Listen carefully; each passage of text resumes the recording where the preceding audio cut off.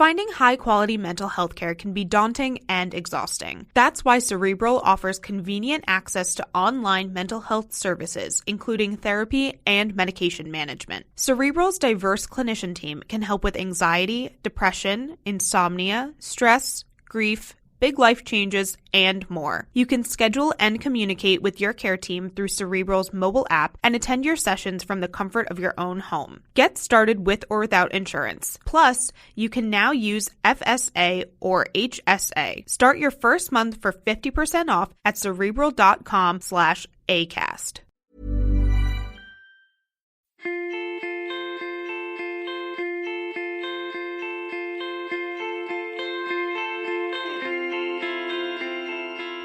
Recording from my living room in beautiful Marietta, Georgia, you are listening to the Think Inclusive Podcast, Episode 6. I'm your host, Tim Villegas. Today I will be speaking with Ariane Zurcher, a Huffington Post blogger as well as the creator of the blog Emma's Hope Book, a chronicle of sorts about her autistic daughter.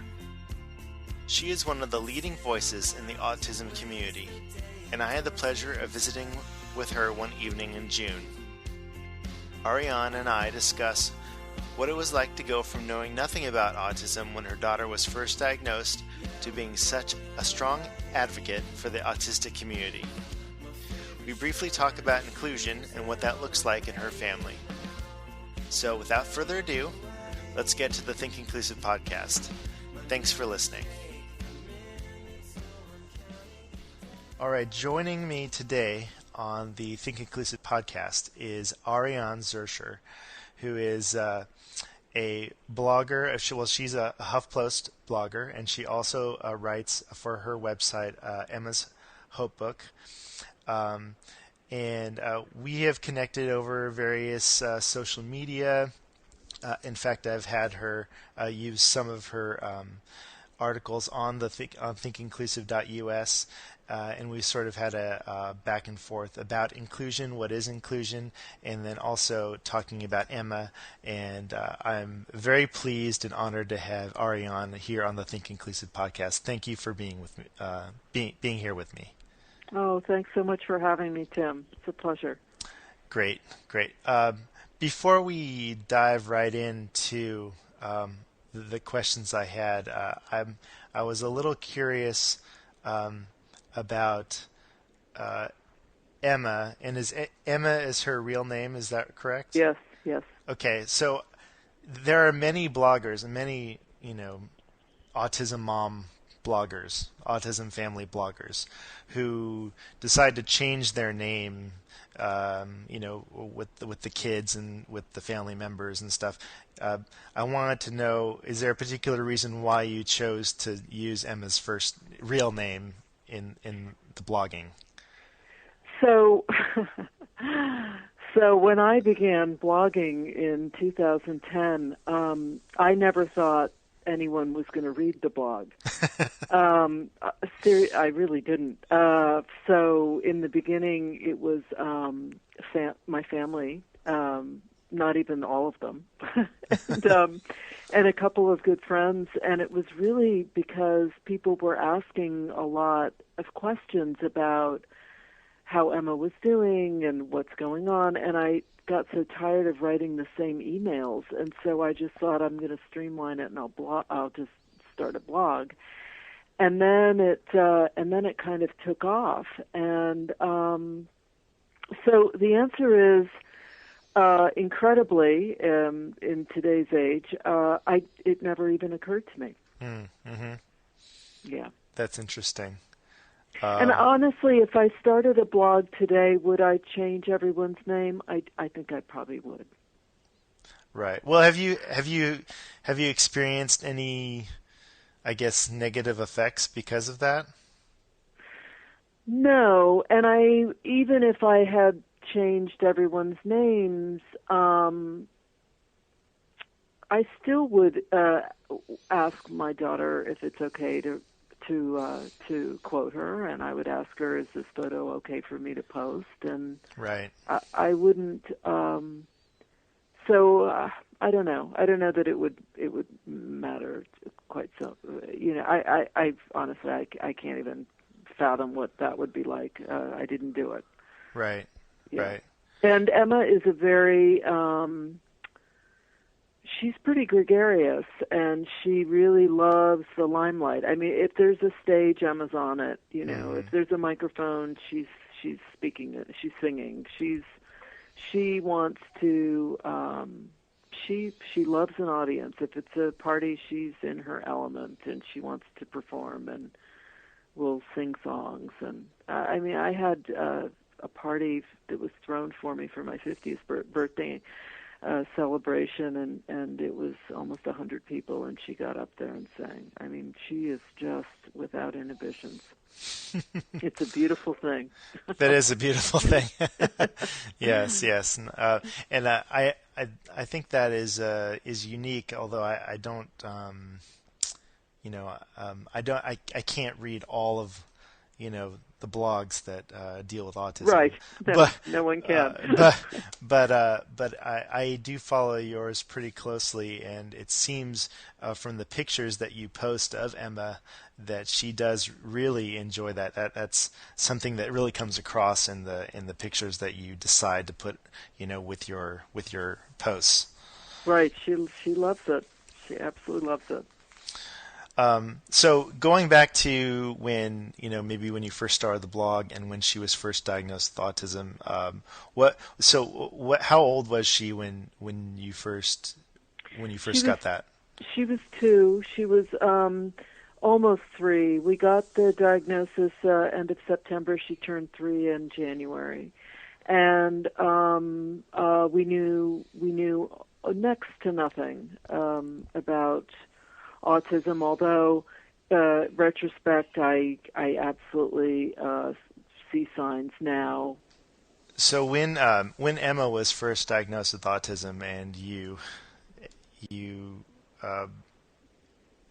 like you said, you had no idea what autism was. What was your initial reaction to that? Was it a medical diagnosis? Did you go to a psychiatrist, or how did that play out?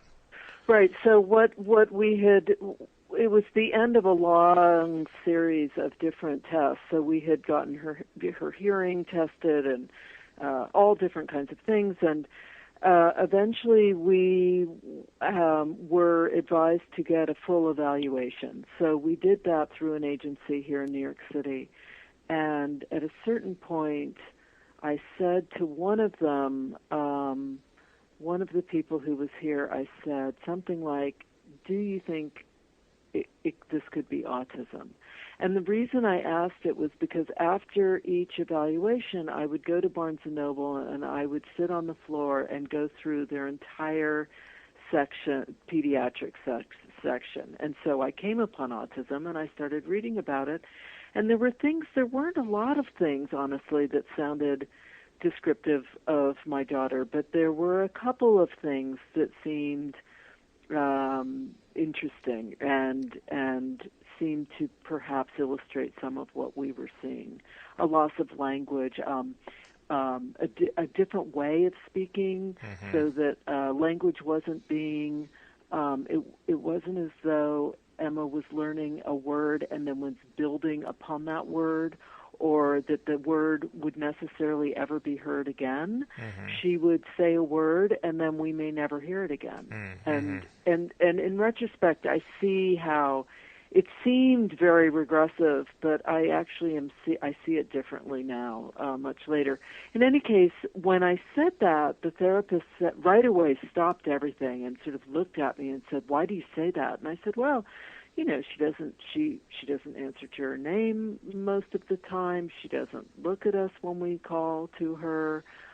We've had her hearing checked, etc." And so at that point, she said, "Well, I need to have a psychologist come in," which I thought was really interesting. I had no idea that a psychologist, because to me, I'm thinking, well, this isn't a mental, a psychological problem. This is a neurological problem. Why are they having? Anyway, I never did find out the answer to that particular question, but they had the psychologist come in. And she then really talked to us and did very little. evaluating directly with Emma, she did a couple of different things, made some notes, and then she just sort of spoke to my husband and I. And at the end, she said, I think I'm on the fence with this, but I think your daughter definitely will benefit from early intervention, and the best way to get early intervention is if we give her a PDD-NOS diagnosis. And so we're going to go with that, and let's just, keep our fingers crossed, I think was the exact words she used, and keep an eye on her and see what happens. And, best case scenario, all of this will be for naught. And so we said, okay, okay, that sounds reasonable. And then she went away, and then the evaluation continued, and then we got a phone call, and the woman said, well, and this very sort of sad voice, I'm so sorry to be the one to tell you. And it was just set up as just this, it was like it had tragedy just written all over it. I mean, it was the way it was spoken, the words that were being used. And I as you know from looking at the blog, I mean, I really object to all of this way. I just think that it's utterly unhelpful for any of us. It's not helpful for our child to be viewed of and spoken of in these terms, and it definitely it wasn't helpful for me as a parent. And I remember that was a moment where I just felt like the icy grip of fear. I mean, like really, really frightened. It was suddenly it went from okay, maybe who knows what's really going, but we've now we've got an action plan, right? But it wasn't like that. It just felt horrible, and I just remember feeling devastated. Not devastated because I was being told that my daughter was something that I thought she wasn't, but devastated because of the way in which it was being told to us, really. I mean, the devastation of just this thing that others clearly believed was a horrible, horrible thing. Right. And that really started us then down this road of me thinking, okay, I'm going to learn everything I can about autism, and we're going to fix this. Right. Yes, exactly. And of course that's that's a long, dark road to go. Yeah, it is. To head down, but I did, and so that was.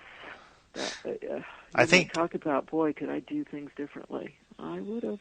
I think that is the reaction of many, many, many people, many families who are initially told that autism is a tragic thing. And in no way am I saying that it can never be tragic, because I think there are things that we can do, and we can let things get to that point. But it certainly needs to be framed in a different way. So I'm curious if someone were to tell you, like if you were to go back to that moment, what do you think what would be the most helpful for a newly diagnosed, family, I guess? What would you say to them? I've written a couple posts about this. It's kind of my wish list. Right. What I would love is if, first of all, I would not want to receive this information on the phone. I would like to have a face-to-face. And my ideal scenario would be that I would go into an office of several people would be there. There would be someone who is telling me, explaining to me what all of this means. There would be an autistic person who's self-appointed and was hired by the agency. There would be, but those two would be an absolute requirement. And from there, I would then be told, this is what we have. This is the reason why we've come to this conclusion. We don't know for sure that this, because there was a lot of unsure. There was not. It wasn't definitive. It was absolutely. We think this might be what's going on, but we're not sure. And then there would be a whole series of things, either handouts or things that, I mean, it would preferably handouts, things that they could tell me. Presumption of competence. Absolutely important. I mean, that is important for anyone. That handout is important for any parent. I don't care what the neurology is. Yeah. Presuming competence. And explaining what that is. And then I think that there would be so much information that there would have to be a kind of some offering of a follow-up. But I think it's key to avoid all of these terms, this language that autism has so been equated with, that I think is a disaster for everybody involved. Nobody is benefiting from this kind of language. Well, someone is benefiting. Companies that are making massive amounts of money off of autism as an industry. All kinds of people are making huge amounts of money. But the people who really aren't benefiting are our children and the parents. We are not benefiting. Right. And I think that really has to stop. And we're going to get a huge pushback from the big organizations that are making massive amounts of money off of this kind of fear-based model. But we have to. I really believe we have to fight it, and that's really what I'm trying to do with my blog and all that I'm writing. Whatever I'm writing about autism, this is what I'm trying. This whole idea of an us and them. And that we are superior and they are inferior. I don't know.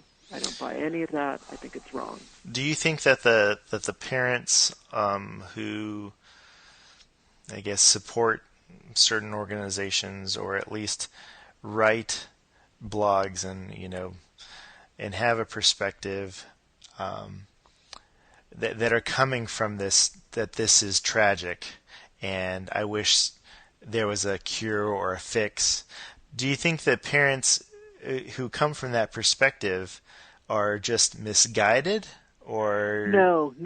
I think that there is so much misinformation that has been given to them right from the beginning, and they believe it, and I do too. And I think I think that's part of what's so horrible, is that the information that's been given is so lopsided. It's so biased. It's so deeply ingrained with prejudice that I think so many people aren't even aware of. And in fact, if you said, do you understand that this is ingrained, that basically this is ingrained prejudice, they would be horrified and would say, absolutely not. Right. I think people really, really believe, many people really believe in what they're saying. I don't think that they're for a second thinking, oh, this down the road is going to lead to my child having horrible self-esteem or post-traumatic stress or depression, suicidal tendencies, addiction. People aren't thinking about that. They're thinking, I need to save my child from this horrible thing. Right. And I think that the organizations that are out there, and I'll just say the names, are like Autism Speaks. I think that they have a very specific idea, and they are getting. There is absolutely no doubt that they are making a tremendous amount of money by continuing with the fear. I think they're trying to change that. I think that there have certainly been some attempts. I think they've been. They have not been what anyone would hope, but I do think they're seeing that they need to at least pretend to try. I don't know how much they believe in any of this. I think they're couching the language. I think if you dig deeply, I know if you dig deeply into the site, you can see all the language is still there. They certainly believe that this is the best way to go. Right. But I think that when any group of people are marginalized, all of society suffers. It's not just the marginalized group. And I think we've seen this in history. I don't think I'm saying anything particularly brilliant, and I'm certainly not saying anything new. This is something that people that know and have said. But I think that because autism has only come into the public view fairly recently, we're doing a lot of the stuff that we've done with a lot of other marginalized groups of people.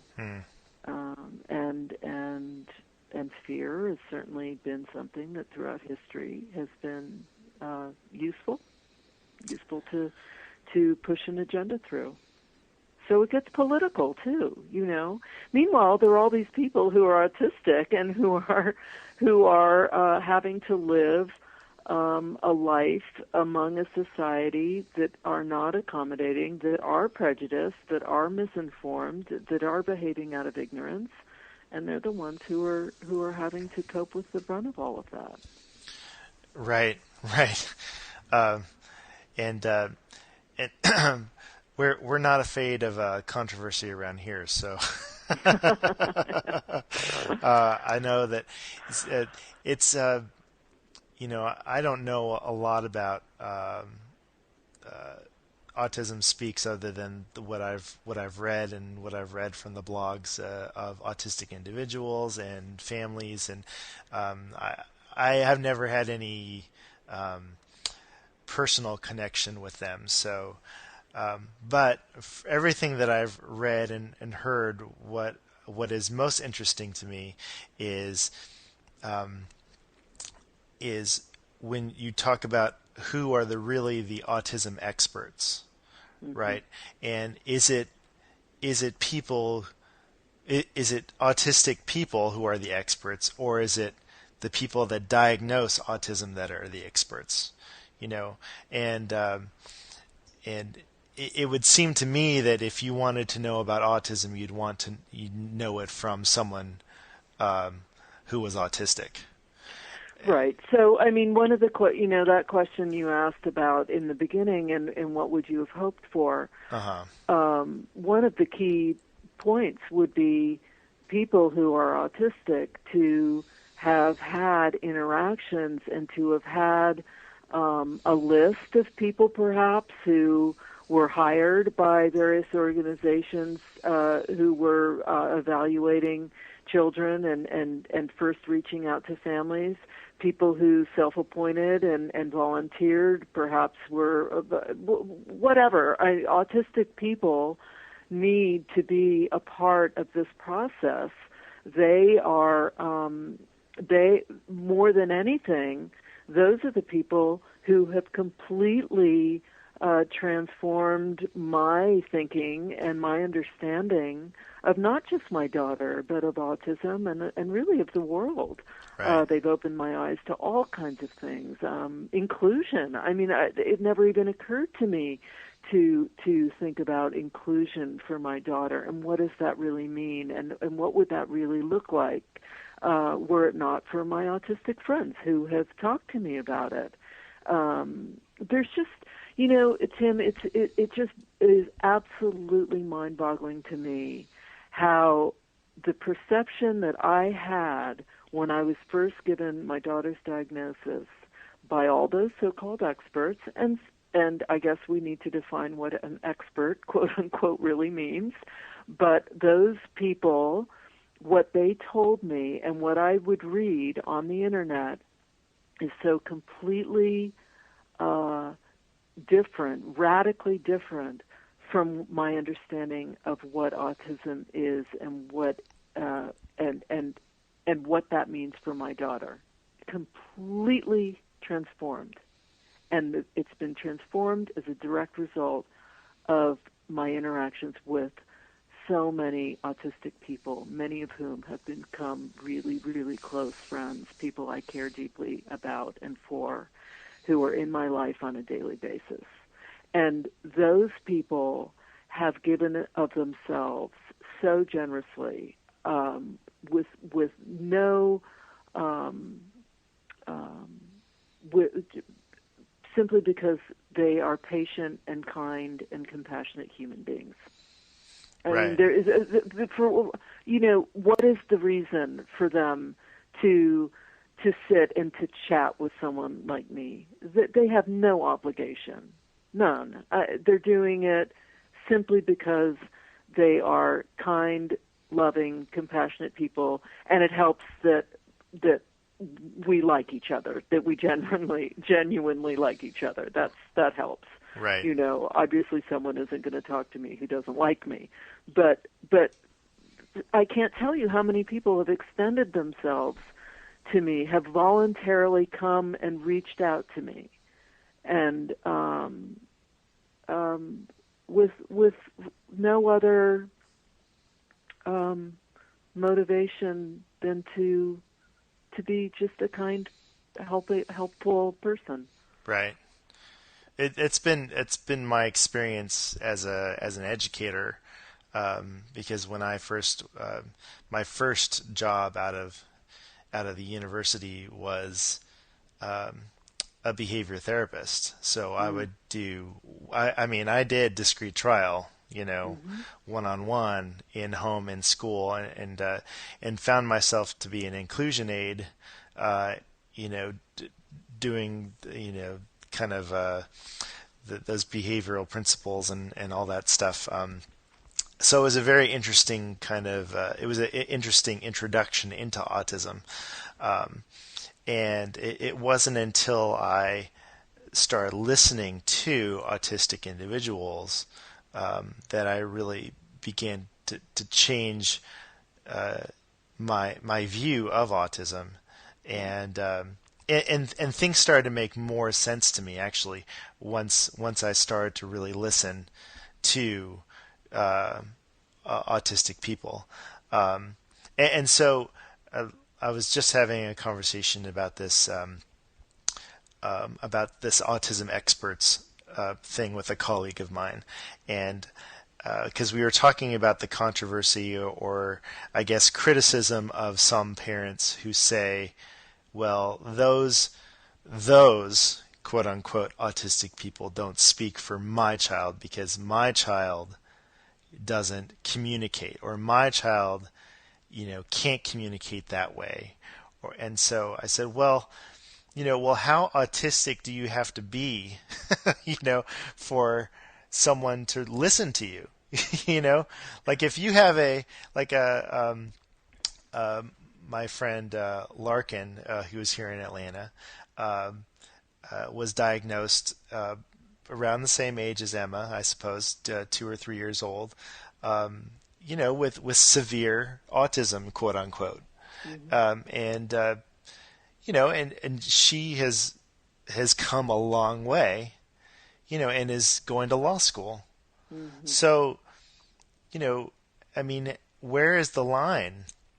Where, how can you say, and you point to someone like Ari, Neiman, and say, well, he's not autistic enough for me to listen to, or,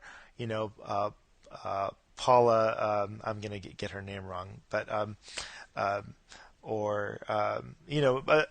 numerous people that are out there who are blogging. Westby. Thank you. Yeah. The numerous people that are blogging.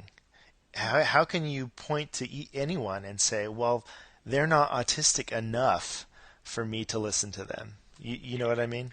Right. So I think that there's a lot of division and divisiveness, and it's unfortunate, and I think it's actually on some level somewhat unnecessary. I think there's a lot of misunderstandings. I think a lot of parents, it seems that I've have spoken to me or contacted me, feel attacked, and all of these various things. And I think that the thing is, there are a number of things going on. One is, I can sit here with you and I can totally dismantle the way in which Emma was evaluated and the way in which we were informed, and tell you about all the things that were wrong. And I can tell you, I could sit here and go on and on about how I am not a proponent of ABA and the reasons why. And I could, but I think that if there it's one thing to tear something down, and I think that it's really important to do that. But I also think it's equally as important to offer an alternative. Mm-hmm. So I think that a lot of parents are just feeling like they're being torn down, and they take it personally too. Mm-hmm. So if they're doing ABA and they've been told, you need to do ABA, and they bought into that whole line, when Emma was diagnosed, there was no other alternative. It was the only agencies offering.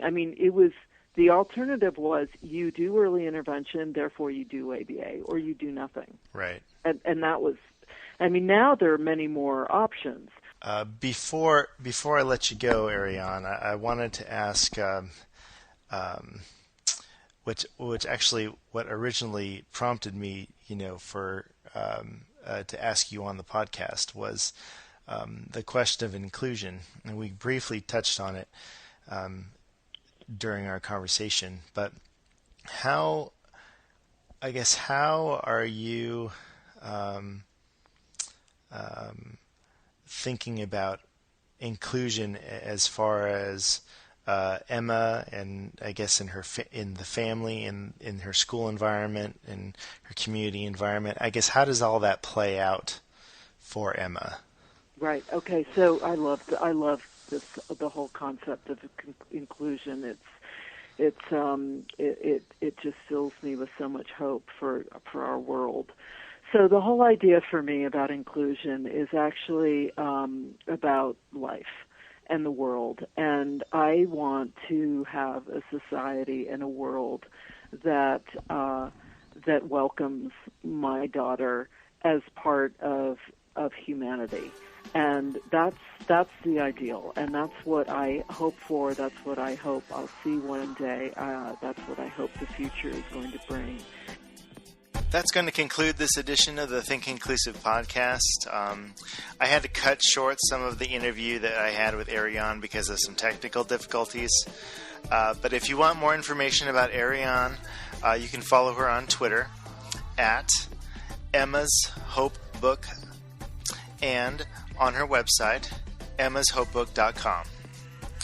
Remember, you can always find us on Twitter at think_inclusive, or on the web at thinkinclusive.us. Today's show was produced by myself talking into USB headphones using a newly refurbished MacBook Pro, GarageBand, and a Skype account. Bumper music by Jose Galvez with the song Press. You can find it on iTunes. You can also subscribe to the Think Inclusive podcast via the iTunes Music Store or Podomatic.com, the largest community of independent podcasters on the planet. From Marietta, Georgia, please join us again on the Think Inclusive podcast. Thanks for your time and attention.